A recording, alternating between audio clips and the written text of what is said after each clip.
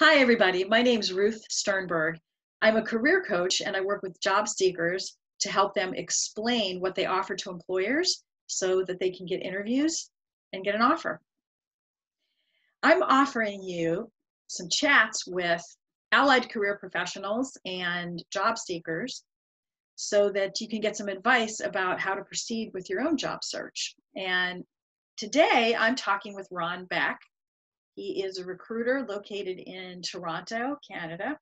And Ron, why don't you tell us a little bit about your specialty that you work with in recruiting? Sure. Over 34 years of recruiting, I have three focus areas: leadership positions, managers, directors, for example, not executives. That's a whole different kettle of fish. IT professionals, certainly. I have an IT degree and background, so I speak the lingo, but I quickly decided people are more fun than machines. And 15 years ago, got into healthcare recruiting, which I feel passionate about. Our hospitals up here, they need the help. Hospitals generally, well, their in-house recruiters will post a job and forward resumes, but they won't engage with job seekers or give consulting to hiring managers very often. So I kind of zeroed in on the healthcare recruiting niche, which has been very satisfying. Sounds great. And there are many similarities in the way one searches for a job in Canada and the US. I'd say it's probably pretty much the same, the same sorts of processes. And so I thought Ron could be really helpful for you. And so I'm just going to start by asking you, and I have some notes here. Talk a little bit about what you think the role of LinkedIn is for job seekers. Well, certainly LinkedIn is the recruiter's favorite tool because we can see so many people and contact them, connect with them. Recruiters always get premium accounts, so we can send a message to someone. The free account, you can't really send messages to total strangers. They have to be in your friend list. So we can reach out and sure, on the one hand, LinkedIn has got job postings, and occasionally I buy some of those because not always is Career Builder or Dice or all the other. Indeed, of course, is large. They don't always succeed. So we will put some job postings on LinkedIn, especially middle management is good for LinkedIn, and IT are the two sectors where LinkedIn job postings do the best. But I'm recruiting nurses and physicians and all sorts of people from all walks of life on LinkedIn, since it's practically a place to be. It's like, why aren't you there? And oddly enough, of all the countries in the world, the United States and Canada are most in love with LinkedIn. A higher proportion of our citizens of our two countries are way above all the other nations in terms of what proportion of that population has a LinkedIn account. Yeah, I've noticed that. So that's great for the recruiters in our two countries. What should somebody have on their LinkedIn profile to be able to easily connect with the recruiter? That's a great question, because I'm often disappointed when I see that the LinkedIn profile, which should be shorter and a little more private, is sometimes years out of date. Job seekers focus far too much on their resume, and get that to quite a good level, but ignore their LinkedIn, which I think is a huge mistake.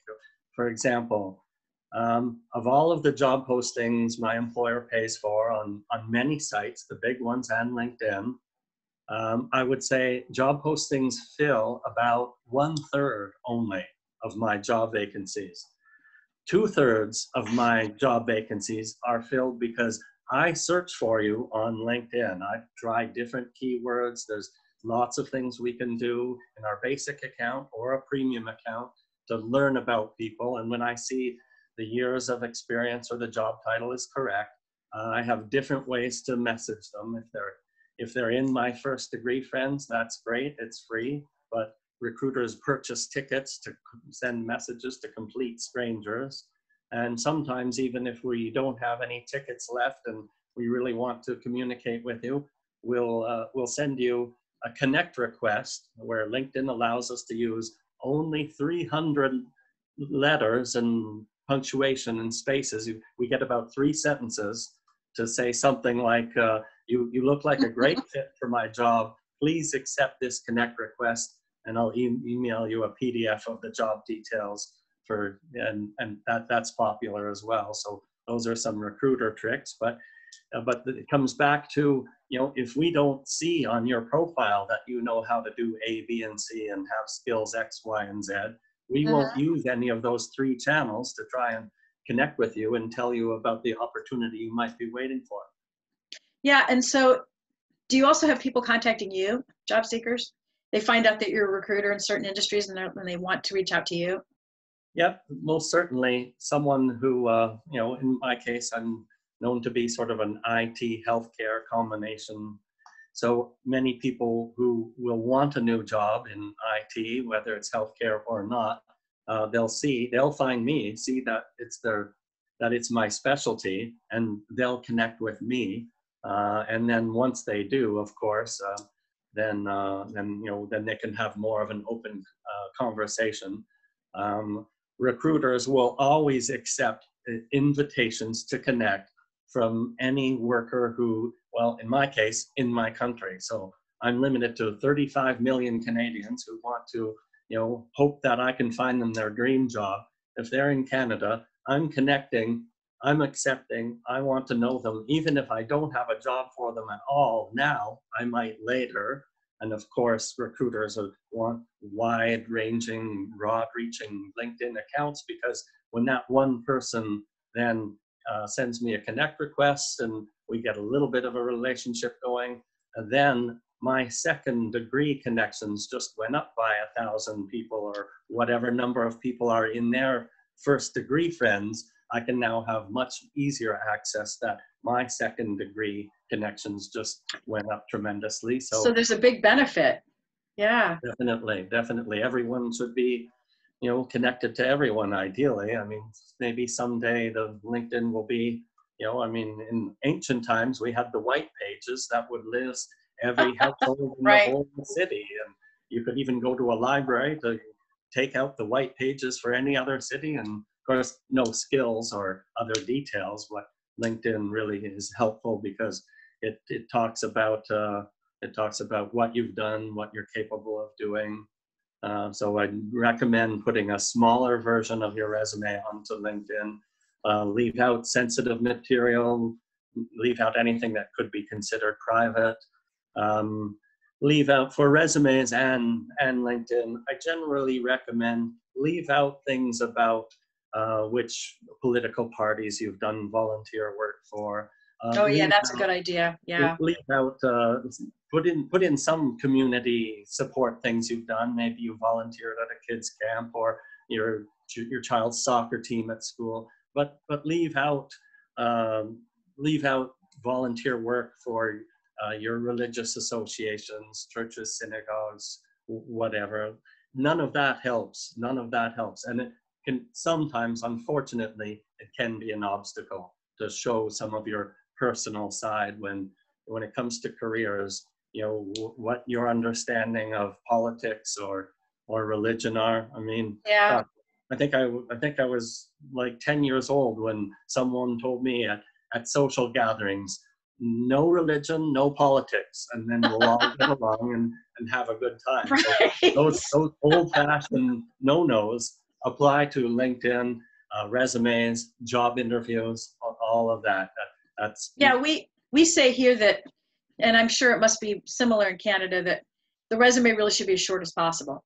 You really need to highlight those relevant achievements for that employer that show that you could take on that level of responsibility at that job, and leave out all the fluff, right? Yep. Short is helpful, certainly.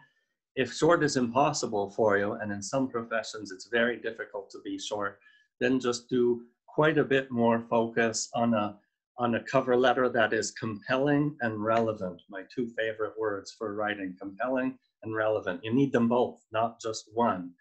Most cover letters, unfortunately, I read a lot of them. They look like they were written 10 years ago. They're very cliche. They usually remember to put the correct company name in, but not always. So the cliche cover letter, I think, is more or less a waste of time for What does it everyone. say? But, What do you mean by cliche? oh, just I read with interest your vacancy of such and such that I found on this job board or that area.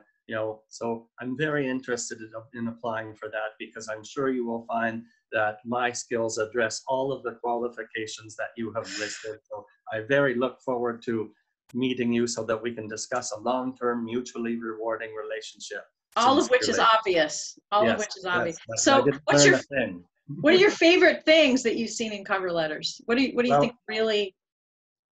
Well, short is good. Never more than a page, half a page or less. But for any job seeker, I'd say the shotgun approach is lots of work and fails often, because recruiters can see that you've done a basic letter, a basic resume, and you're sending it everywhere.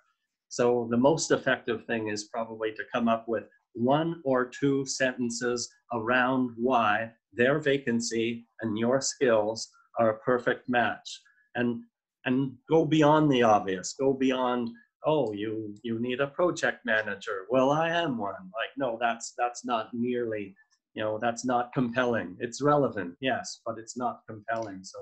So Well, I see it as, I understand the problem in your industry. Mm-hmm. And that's the exact same problem I've been working on for years. And in fact, this is what happened when I did this thing that addressed that problem. And I'm really interested in talking to you further about your company, right? That's the sort of thing you want to talk about. Yep. And to that end, LinkedIn has something that is helpful, because you can, there's many premium accounts with LinkedIn, and for the job seeker, you might only need a couple of months. Some of the services for job seekers, I think the fees I've seen, I don't know, $50 a month, maybe $100 a month for the gold plan. I'm not sure, haven't checked their prices recently, but you may only need a few months of that. And one of the things that impressed me when I looked at the job seeker account for LinkedIn is it allowed you to sort of zero in on, was it 20 or 25 target employers that you really want to work for, because either, well, the reasons could be many. They specialize in your expertise area. That's a great reason. Or that is a good reason to get that account. Or they're growing really quickly. Or it's a really short commute from your home or something. I mean, I don't care why you want to work for company ABC, but think very hard about coming up with the 20 or 25 employers that would just really, you're very hopeful that you'd have a wonderful career. And the job seekers are then told to load these companies into their profile. And what LinkedIn then does is it keeps you well informed as to what's going on with those companies, almost insider information, to borrow a stock market term. So when you get an email from LinkedIn saying, Vice President Sally at one of your target firms just wrote this beautiful article, well, okay, you can read the article, appreciate it. If it's one of your favorite firms to target, maybe you can get excited about the article Vice President Sally has written. Then with Job Seeker, you can send Sally a message saying, I loved your article on this topic, and here's why it so got me excited. And in that first outreach, don't say, and here's my resume, and don't say, are you hiring? And avoid that, because you want the relationship first, because the relationship will really grease the skids for having things come together in a better, more fruitful way. Don't keep some of your gunpowder dry, because if you go too quickly after the great article, why don't you hire me? Sally's defenses will go right up. You want her to simply reply with, thank you for your kind summary of my article. I did exactly spend time on it, blah, blah, blah. and then, keep a bit of a relationship going, and then maybe move to, your company sounds like a great place to work overall. So is there someone in your HR department that I should connect with? Which is still a great thing to do instead of just going to their corporate website, clicking on the careers button, applying for the job. 500 other people applied for the same job. Your chances are pretty low. But if your relationship with Sally got to the point is, yeah, you're interested in this topic too, maybe you're a fit for us. So be sure to call David in HR, and maybe he can help process your application. Then step 2 is, hi, David. Sally suggested that I contact you about seeing if there's a fit between my skill set and your company's objectives. And, very sort of gradually tiptoeing often, being genteel, polite, courteous always, but moving slowly towards an opportunity where David or Sally will email you, maybe invite you for a tour or a coffee, or ideally, David will say, well, what sort of career are you looking for? And then your resume is ready to go, and the relationship should flourish from there. So it's all about people. This is what I emphasize with my clients all the time. People mm-hmm. call me and say, I need a new resume. And I say, that's nice, but that's not your job search, Mm-hmm. right? That's a tool. That's just a thing a piece of collateral, but that's not what your search is about. It's about connecting with humans. Mm-hmm. Mm-hmm. And LinkedIn helps with that a lot. Which brings me to the next thing I wanted to ask you, was the human to human concept, interviewing. You have some great advice for people when they're interviewing. What are your couple of things that you really think people should remember and concentrate on? Yes. Well, at the top of my list, and it's named this way really I wrote some interview tips a few years ago. Ah, yes. Uh-huh. And at the top of my list, I've had the advantage of sitting in on, I've sat in on maybe 5,000 job interview panels in the last 10 years, especially when I'm hiring maybe managers or specialists, senior people, which can be daunting for the candidate in the hot seat that, 5 or 10 people are interviewing them at once. Especially, and I think that's true in healthcare or government, or for key roles where there's many stakeholders, there's often a whole selection committee and not just one hiring manager. So you have to think about that interview, and most people wrongly believe, I'm really smart at my job, therefore I'm going to be really good at job interviews for my job. Even though I only go on maybe 5 job interviews per decade, I'll bet I'm really good at it because I know my material. I'm a subject matter expert on my material. That'll come out and know. So what I see is, I've seen brilliant people who would be great in the job, actually. That's the disappointing part, would be great in the job, but take a few missteps and say some of the wrong things and kind of blow it in the committee style interview, or even it could be one-on-one, because they didn't think that through. So my number one advice is the genius people, and sometimes the smart people are even worse at this, is that logical questions are laid out.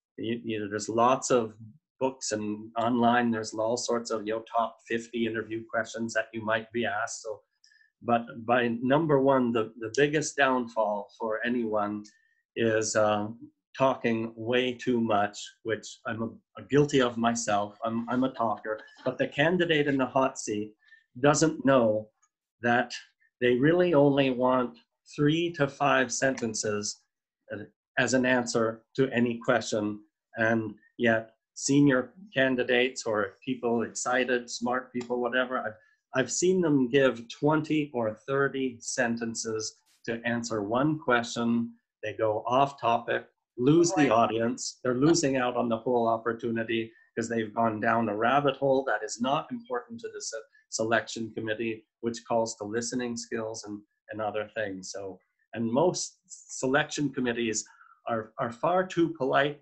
to do anything like, enough already, let's move on. You're doing that. They won't. They'll let you talk and bury yourself. And So, and when I coach candidates, I teach short and sweet. You know, give the scenario, tell what happened, tell the result, be quiet. yeah, Don't be afraid of silence. And you can always say in a very short answer, does that answer your question? yeah, Because if it isn't complete enough, they will tell you, right? absolutely. That's a great ending. Did that answer your question? And job seekers should know that there's nothing to worry about in giving a short answer. If you're concise and answer the question, maybe they were hoping for more. And while the panels are almost never going to say enough already, let's move on, they're quick to say, sounds interesting, let's discuss that aspect a little bit more, can you tell us more about this or that within the answer you just gave. They're quick to draw you out to topics that are important to them, and yet the job seeker is spending too many minutes and sentences on a subject area that's not important to the panel at all. So so watch the length of your answer. If you see my interview tips, which are published on my LinkedIn page or easy to find through Google. I will link that for you here with this interview so that you can find it. Oh, that's super. There's something else in there on how to structure. I said 3 to 5 sentences is maybe best, and how to structure those. There's a system, I call it the STARS, STAR. Yes. Yeah, and it's and follow that for the big questions that you're expecting. Follow that sort of structure for how to set up the question, deliver the goods in the middle, showing a bit of a result at the end, and then move on from there. While we're on the interviews, I had 1 or 2 other things to say about them. Sure. Many interview questions sound like, tell us about a time that you were part of a team and there was this objective or that, but tell us about a time when things didn't go so well and what was done about it, and were there any lessons learned for next time. So that question is a little bit of a trick question, because first of all, well, no one wants to talk about something they were involved in that didn't go very well. But it happens all the time. Lots of projects fail, they restart, they're delayed, maybe shift the direction, happens everywhere. So there's nothing wrong with being part of some sort of initiative that didn't go so well. Now, here's the thing. What went wrong doesn't really matter. Who fixed it, you or a teammate or your boss, doesn't really matter. But what I find the panels are looking for is at the end of a little scenario for the job seeker to say, and the lessons we learned are, that's what they want. They want to know, are you adaptable? Can you learn from your mistakes? Or are you more of the driving force that wants to just keep going the one way and not so flexible and adaptable? So be proud of something that didn't go so well. So near the end of your answer, you can say something like, so we all learned that next time we're in this situation, we're going to do it this way instead of that way. And it was great for us to all get through that, showing that you knew it was important to learn a lesson and you were able to relay that lessons learned to the panel, because that's often what they want to find out. They don't care what your problem was at a previous job or who fixed it or any of that. They just wanted to see, was there some adaptable, can you change directions? And was it the team changing directions as something that you did together? So watch. I love that, Ron. I think that's great. I mean, I always say there's only really 3 or 4 questions you're ever that you get asked in an interview. They're just come out differently. I mean, they want to know, what are you proud of? What did you recover from? How did you handle a conflict with another person? I mean, these are just basic fit questions you're going to get. And then, of course, there may be questions that are technical related to your field, which should be a breeze for you because you already know your field. And so you shouldn't, but practice. This is what I say to people, don't assume that you know how to do this. Either, hire a coach to help you because it's worth the money, believe me, or find a friend to practice with. But in any case, practice. Don't Yep, go in there practice. cold. It's a good idea. Actually, it's a good idea. And if you're in an interview with a corporate recruiter and it's going well, and the recruiter wants to get you in front of that manager or executive, some corporate recruiters will give you that practice opportunity. Then you might ask them, if I buy you a coffee, can I run past sort of a classic interview with you just to sort of reduce my anxiety so they can see the true me instead of my nerves. And then that corporate recruiter is likely to give excellent feedback on your interview, saying things like, when you talk A, B, and C, not important here, but say more about X, Y, Z, because those are huge in this company. And then they're almost telling you how to get the job, because that corporate recruiter wants to have a good order to fill ratio because it looks good on them. So they'll help you as much as they're allowed to perform well and let your true self through. So ask for their help. I mean, a spouse or a and it parent can't or a hurt. sibling isn't bad, but try and get a better someone to practice with, someone a little more in the know, perhaps. I think that working with recruiters is great from the perspective that you know the industry and the employer super well. And also, you're not the hiring manager, so there's very little risk in me asking you a question about the company, about who's going to be interviewing with me, or about what I should say, because you're not hiring, you're not the decision maker, right? But you can offer a lot of great advice. And I think if you're working with a recruiter, you should take advantage of that, really. There's one more thing that is a pitfall in job interviews. Many people are good at answering the question that sounds like, why do you think you're a better fit for our job than most other candidates? They thought about that. They want the job. They know why they're better. Or even a simpler version, what are your strengths? Okay, I've thought about my strengths. I've practiced that, However, a lot of people are fairly nervous about, soon after those questions, they might hear, what are your weaknesses? And but that's kind of the same question as, what have you screwed up on, and then you fixed and learned something, right? Yeah, that's true. But what do you tell people to say usually when a weakness question? Well, when people hear what are your weaknesses, they know it's likely coming. They're nervous about it. They'll sometimes even memorize an answer, and that can be risky. I wouldn't memorize pat answers because the answer might miss the intent of the question.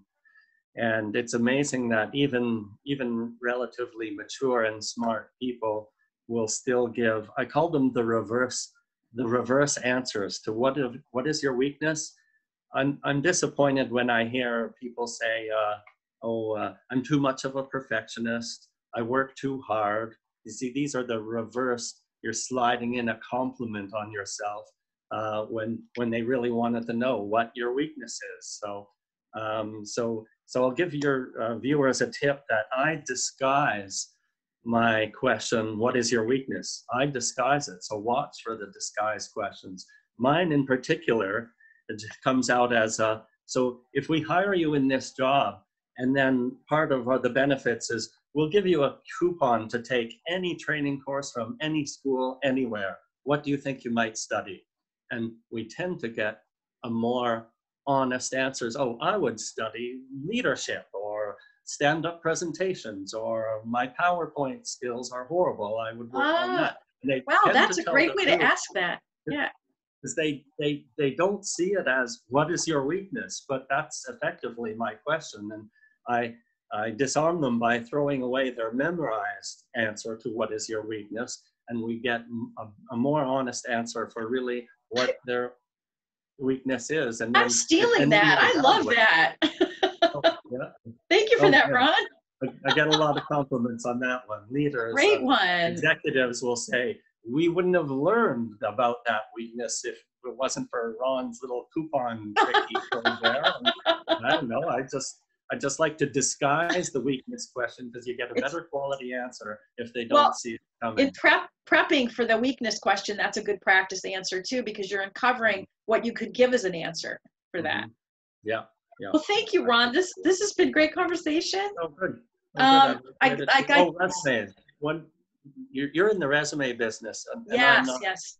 And I don't help people write resumes. It's actually unethical, I think, for a recruiter to change a resume, and so I send people, they want me to fix their resume. I say, no, I can't. I'll send them to people like you, Ruth. However, I do have one pet peeve on resumes, and it's not about duration. It's not a magic duration, but especially more and more, people don't work for American Express and IBM. More and more people work for, XYZ mystery no name company.com, and what the heck do they do? There's a lot more smaller employers in the world than there used to be. There used to be a smaller number of monster companies that hired lots of people. Right. And now there's millions of companies that maybe aren't in the yellow pages, maybe don't have a website, whatever. And so on your resume, sure, put your job title, your skills, what you've done. Please include the website of the employer so we can see, are you familiar with working with people who build submarines, or are you familiar with people who shear sheep for a living? Like, what's the purpose of that employer? Because we know you'll pick up some of that industry sector expertise, which many people don't include on their resume at all. That's excellent. They just say, I'm an accountant or I'm this. And I left, well, what does your employer do? And I'll Google the name of the company, not always find it. And if it's just, or maybe I'll find 20 companies with a similar name and not know. So please include the website of your employer for your current and past jobs, and that would do recruiters a big favor. Yeah, I try to put a little one sentence description of what the company does. Good idea. To try to just make sure that the reader understands too. So if I can fit it in. Well, thank you very much for your time. This has been excellent. Oh, good. Thank you. Thanks for the invitation. And everybody, good luck with your job search. And please, our information is put with this. So if you need help from either one of us, please feel free to reach out. And everybody have just a wonderful day. Yeah. Bye now. Bye-bye.